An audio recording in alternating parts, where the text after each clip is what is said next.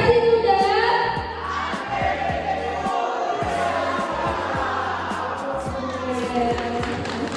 Jadi dengan judul yang tadi, generasi anti ibu mengenali hak dan kewajiban kerja itu sendiri.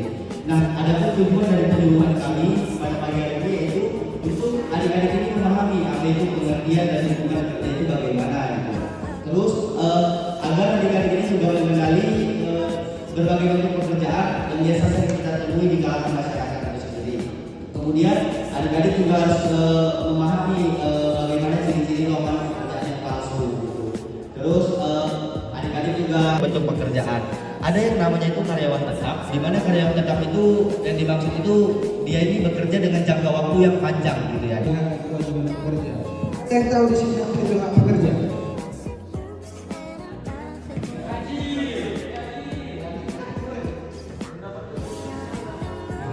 Itu satu. Oke, Pak. Lagi. Nah, yang keempat yaitu lingkungan kerja yang aman. Kata K3 ini merupakan kewajiban sebuah perusahaan untuk menyediakan tempat lingkungan kerja yang aman dan nyaman agar terhindar dari yang dapat kecelakaan kerja. Hal itu diatur melalui Undang-Undang Ketenagakerjaan Pasal 88. Nah, hal yang ini adalah dalam pasal 153 Undang-Undang Ketenagakerjaan. Nah, kita membahas mengenai hak dari pekerja, kita akan membahas mengenai kewajiban pekerja dan mungkin telah ada dilihat di depan. Hak pekerja yang pertama yaitu adalah ketika bekerja wajib datang tepat waktu dan bekerja dengan disiplin. Dan yang kedua, mematuhi aturan perusahaan selagi tidak bertentangan dengan yang namanya hukum. Dan yang ketiga, agar adik-adik semua memiliki gambaran mengenai tema kita pada hari ini. Ada pun contohnya itu ialah di mana ada seorang siswa SMA yang bernama Budi dan bekerja part-time di sebuah kafe. Pada awalnya dia hanya bekerja mulai jam 4 sore hingga jam 9 malam. Namun seiring berjalannya waktu adik-adik semuanya, si Budi ini diminta untuk lembur. Namun yang anehnya adik-adik semua, upah lemburnya tidak diberikan. Selain itu juga si Budi ini meminta izin untuk tidak masuk kerja untuk mempersiapkan ujiannya. Namun apa respon dari pemberi kerja atau pemberi kafe? Respon pemberi kerja ialah menolak ataupun bahkan mengancam Budi akan memotong gajinya. Nah, di sini aku akan menjelaskan 5 indikasi utama dari lowongan kerja palsu. Nah, jadi yang pertama yaitu identitas perusahaan itu tidak valid. Yang pertama, perusahaan yang kredibel selalu menggunakan email yang resmi seperti hrd@perusahaan.com. Jika ada lowongan kerja yang mengatasnamakan instansi besar tetapi menggunakan resmi seperti Kementerian Ketenagakerjaan ataupun Kementerian.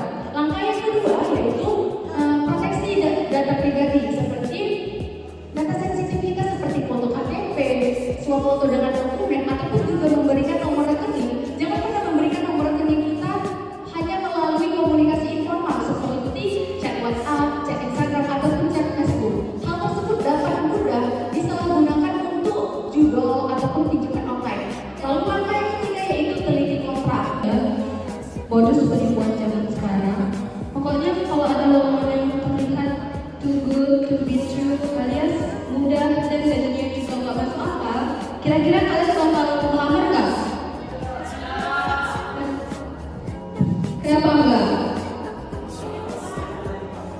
Iya, banget. Karena itu modus penipuan. Jadi adik-adik kalau mau melakukan Situ termuat nama dan alamat kita, begitu juga nama dan alamat dari perusahaan yang kita tuju. Yang kedua ada jabatan serta tempat kerja kita. Ini itu untuk memastikan apa yang menjadi job desk kita. Jadi kita tak mengerjakan hal yang di luar apa yang sudah menjadi perjanjian. Yang ketiga ada besarnya upah. Di situ termuat berapa besaran upah dan juga kapan upah tersebut akan dibayarkan. Pasalnya seperti ada tidak tunjangan. Di akhir itu bakal ada tantangan. Di situ memuat tantangan kita dan perusahaan.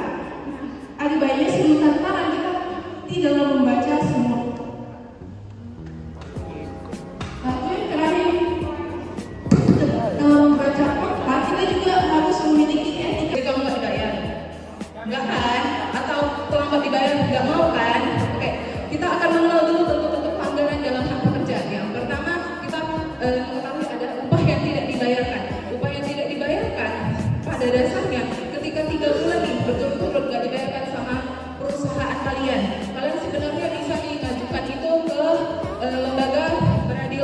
hubungan industrial.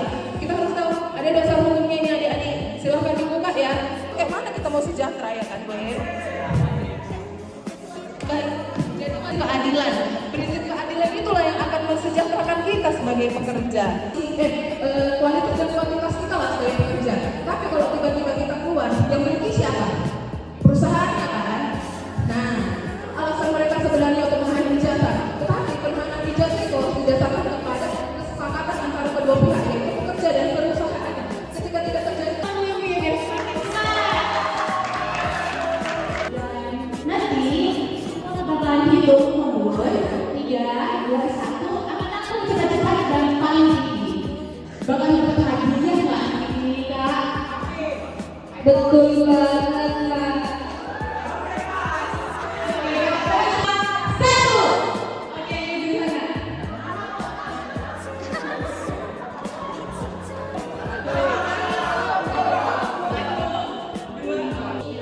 Resmi nggak? Persyaratan jelaskan, terus ada link berikutnya. Ya, Asli atau enggak itu? asli nggak? Jawab benar nggak? Jawabannya benar. Asli ini.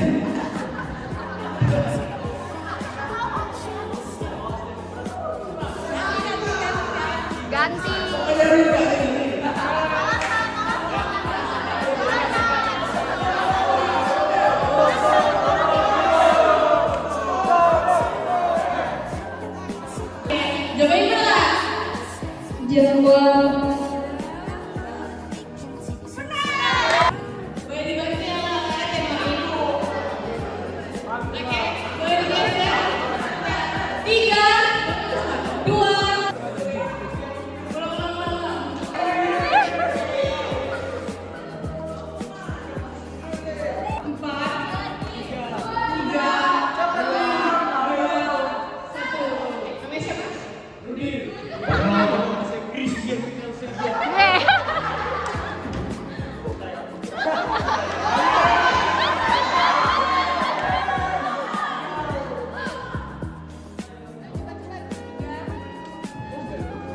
Oke kak, ini gajinya sangat fantastis, fantastik.